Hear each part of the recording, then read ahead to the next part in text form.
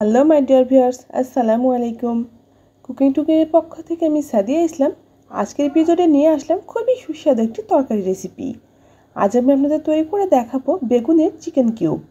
কিভাবে খুবই সহজেই সুস্বাদু এবং মজাদার স্বাদের বেগুনের চিকেন কিউব রান্না করবেন সেটা আমি আপনাদের সাথে শেয়ার করতে চলেছি। এর জন্য এখানে লাগবে বেগুন। এখানে 2টা বেগুন নিয়েছি। প্রথমে বেগুন 2টা এরকম কিউব কিউব করে কেটে নিব।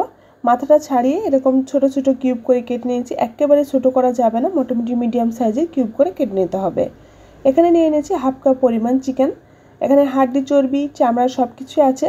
চাইলে কিন্তু শুধু চামড়া দিয়ে ওটা রান্না করতে পারবেন। ছোট ছোট পিস করে কেটে নিয়েছি। চিকেনগুলো এবার তেলে ফ্রাই করে নিব। একেবারে মচমচে করে এগুলো ফ্রাই করে নিতে হবে। আমি কিন্তু ফ্রাই করার সময় কোনো রকমের মশলা ব্যবহার করছি না, শুধুমাত্র চিকেনটা পানি ছাড়িয়ে নিয়ে তারপরে ভেজে নিচ্ছি। চিকেন যখন এরকম লালচিয়া কালার হয়ে আসবে তখন এগুলো নামিয়ে নিতে হবে। আমি এখানে কিছুটা চিকেন ব্যবহার করছি। চাইলে কিন্তু চিকেনের পরিবর্তে শুধুমাত্র চিকেনের যে চামড়াটা আছে ওটা দিয়েও এটা রান্না করতে পারবেন। চিকেন উঠিয়ে নিয়ে সেই তেলের মধ্যে আমি বেগুনগুলো একটু ফ্রাই করে নিব। বেগুন রান্নার শুরুতে কিন্তু একেবারেই লবণ ব্যবহার করা যাবে না, তাহলে কিন্তু বেগুনগুলো ঘেটে যাবে। লবণ ব্যবহার করতে হবে একবারে লাস্টে। সামান্য একটু মরিচের গুঁড়া দিয়ে বেগুনগুলো ভেজে নিচ্ছি, এতে করে ভেতরে একটু ঝাল ঝাল ভাব আসবে, দেখতেও ভালো লাগবে।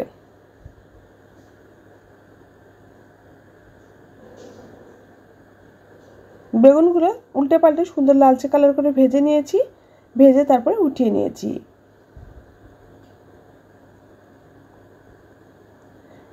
বেগুন ভেজে উঠিয়ে নিয়ে একই প্যানের মধ্যে কিছুটা পরিমাণ তেল দিয়ে এখানে পেঁয়াজ দিয়ে দিলাম। 2 টেবিল চামচের মতো পেঁয়াজ। এখানে পেঁয়াজটা কুচি করে নিয়েছি। 2টা তেজপাতা দিয়ে দিলাম, 2টা এলাচ এবং কয়েক টুকরা দারচিনি দিয়ে সুন্দর করে পেঁয়াজগুলো বেরেস্তা করে নেব।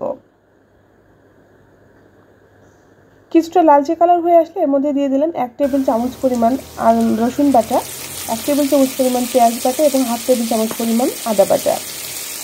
সবগুলো মশলা দিয়ে খুব ভালো মতো নেড়েচেড়ে এরকম একটু কষিয়ে নিচ্ছি। মশলা দেওয়ার পরে বেশি সময় অপেক্ষা করা যাবে না, 2-3 মিনিট একটু কষিয়ে নিয়ে সামান্য একটু পানি অ্যাড করে দিলাম। এবার এর মধ্যে দিয়ে দেব গুঁড়া মশলা। স্বাদ মতো মরিচের গুঁড়া, হাফ চা চামচ হলুদের গুঁড়া, হাফ চা চামচ জিরার গুঁড়া, এছাড়া হাফ চা চামচ ধনিয়ার গুঁড়া দিয়ে খুব ভালো মতো কষিয়ে নিলাম। মশলাটা যখন খুব ভালো মতো কষানো হয়ে যাবে এই সময় এর মধ্যে দিয়ে দিলাম ভেজে উঠিয়ে রাখা চিকেন এবং বেগুনগুলো।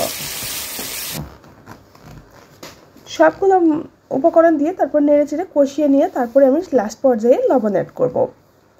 সামান্য একটু পানি দিয়ে তারপর এটা কষিয়ে নিয়ে যখন রান্না শেষের দিকে আসবে তখন একটু পানি লবণ অ্যাড করে তারপরে রান্নাটা শেষ করে ফেলতে হবে।